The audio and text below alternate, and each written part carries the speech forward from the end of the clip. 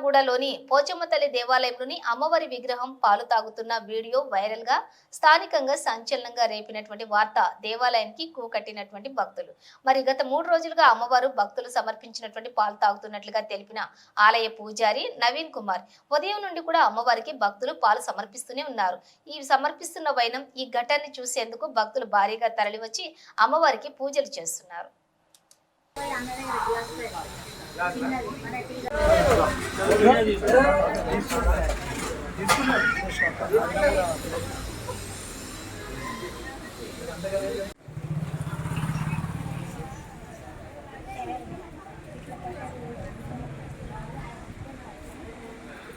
మూడు రోజుల సంది మన పంతులు చెప్తుండు పాలు తాగుతుందంట. నీళ్ళు ముందు కొబ్బరికాయ నీళ్ళు, అక్కడి నుంచి పాలు, అక్కడి నుంచి నీళ్ళు తాగుకుంటూ పోతే ఇవాళ పంతులు చెప్పాడు మాకు, నానా ఇట్లా సంగతి అమ్మ నీళ్ళు తాగుతుంది, పాలు తాగుతుందని. అప్పుడు వచ్చాము ఇక్కడ, నేను మా కొడుకులు అందరం వచ్చి చూస్తే మేము కూడా పెట్టి చూసాం. నాన్న పెడితే తాగుతుంది. ఇక అప్పుడు అంత పబ్లిక్ కూడా బాగుంటుంది కదా, తాగితే అందరు తాపితే బాగుంటుందని అందరికీ చెప్పాను. అందరికి చెప్తే అందరు తాపుతున్నారు. పురాణం గుడి నానైతే ఇప్పటిది కాదు, పురాణం. నీకు ఇష్ట అయ్యా, మనకు మా తాతల కాలం సంది ఊరు పుట్టినారు సంది ఇప్పటిదాకా అమ్మ ఇక్కడనే పెద్ద మంతులు. మా తాతల కాలంలో అంటే గోల్కొండ కట్టిన జమానాల సంది ఇక్కడ గుడి ఉంది. అంటే చిన్న గుడి అయితే 3 బండలు, అక్కడో బండ, ముంగట 2 బండలు, వెనుకొక బండ, మీద ఒక బండ ఉండే. ఇది ఒక పెద్ద చెట్టు కింద ఉండే అమ్మ. పురాణం అంటే 2 విగ్రహాలు, అమ్మాయి 2 విగ్రహాలు ఉండే. అయితే అప్పుడు ఏం చేసాం మేము అంటే పూజలు అట్లా బురదలో ఉండే ఆమె, మొత్తం బురదల కింద. అట్లా చూసి కొన్ని రోజులు పూజలు చేసి ఆ చిన్న గుడిది అయిపోయినాక మేము పెద్ద గుడి చేసి తయారు చేసాము అమ్మని.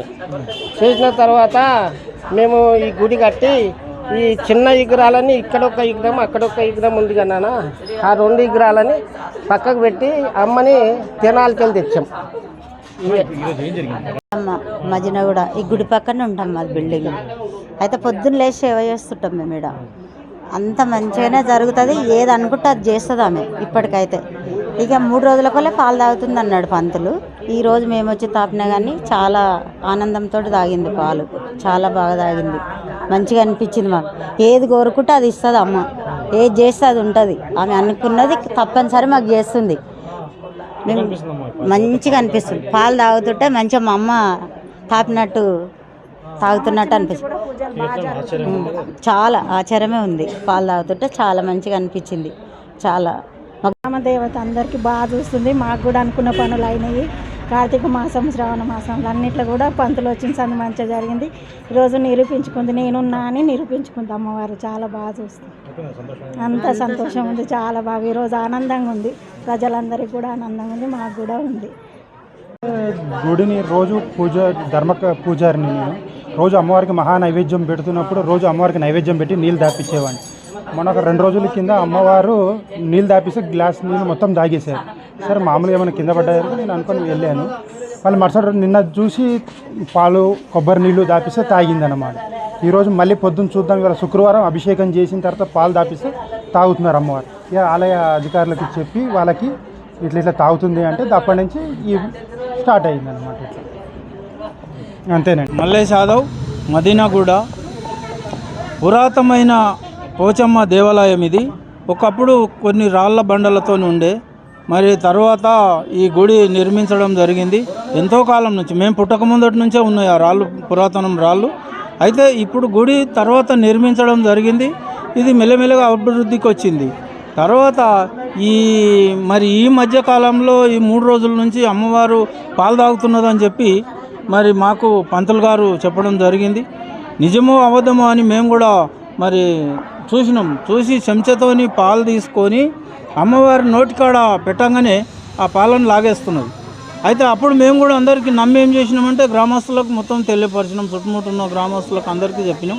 వాళ్ళు కూడా అంతా క్యూ లైన్లలో వచ్చి పాలు తాపడం జరుగుతుంది. మరి అమ్మవారి మాయ అంటే ఏందో మరి మాకైతే ఇప్పటిదాకా అర్థం కాలేదు.